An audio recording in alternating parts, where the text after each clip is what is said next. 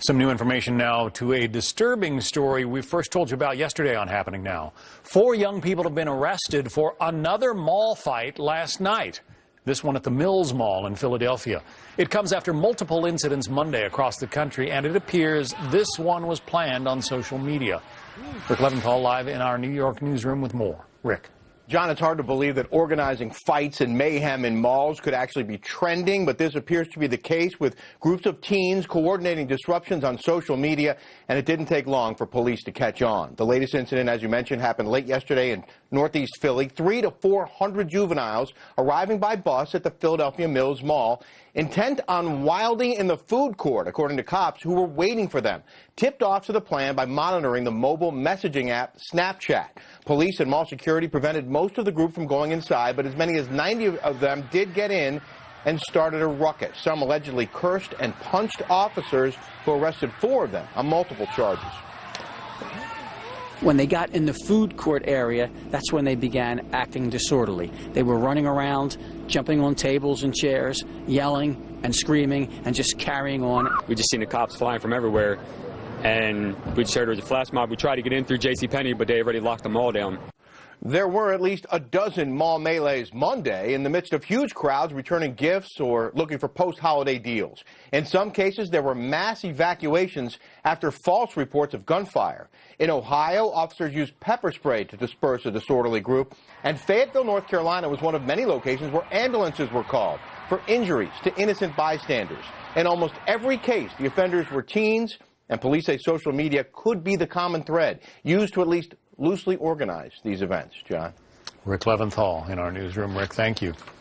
For more on this, let's bring in our legal panel today. Emily Campagno, a former federal attorney and former criminal defense attorney.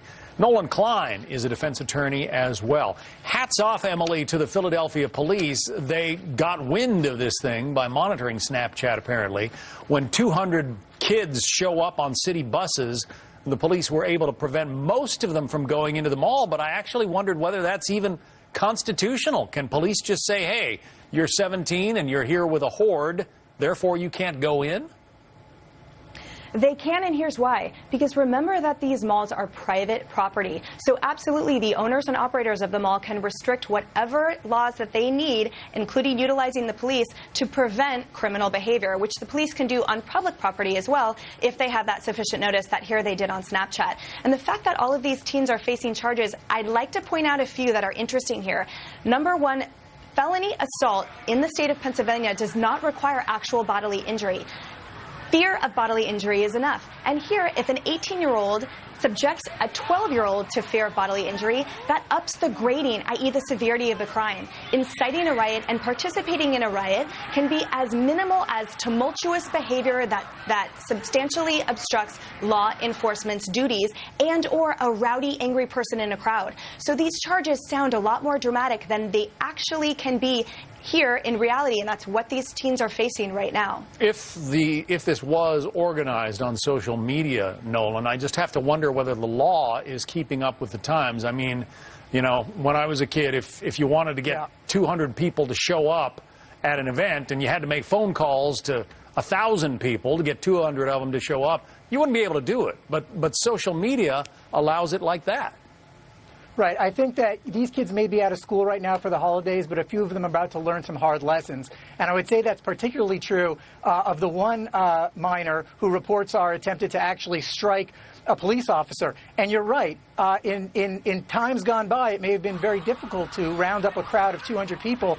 And today it's easy on Snapchat and other mobile applications. Social media may be very easy to round up people. That doesn't make it any less of a crime to incite a riot, to attempt to whip up large numbers of people into a frenzy. And at least from the reports I've seen, it appears that that may be exactly what happened here. A concerted effort to whip up a frenzy in multiple locations, by the way, a dozen locations over a 2-day period. Now, we don't yet have information tying these events together or putting any particular person behind or group of people behind the events.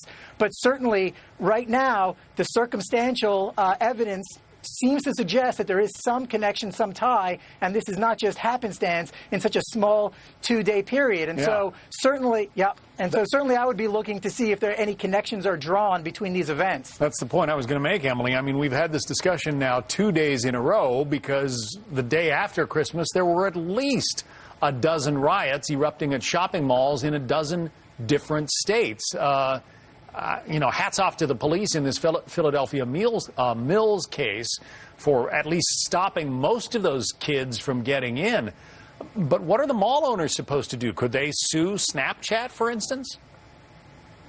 Well, that's a common discussion we've been having, right? Talking about the liability of these social media platforms for the content that is posted. And that's an ongoing issue. They absolutely can be sued, and it's up to them to defend and say, well, our disclaimer was ironclad enough. We deterred this kind of behavior.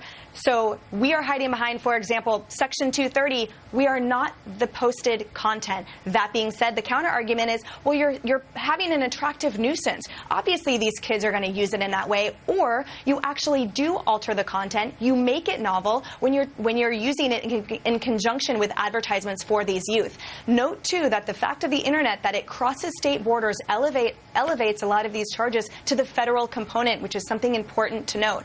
And secondly, remember, these mall owners, again, it's private property. They can shut their doors. So this can become something where in future malls, perhaps they will no longer attract brands that are alluring to teenagers or cease to renew contracts with those brands because they don't want this to keep happening. Yeah, but you close your doors and then, you know, you're wrecking it for everybody else.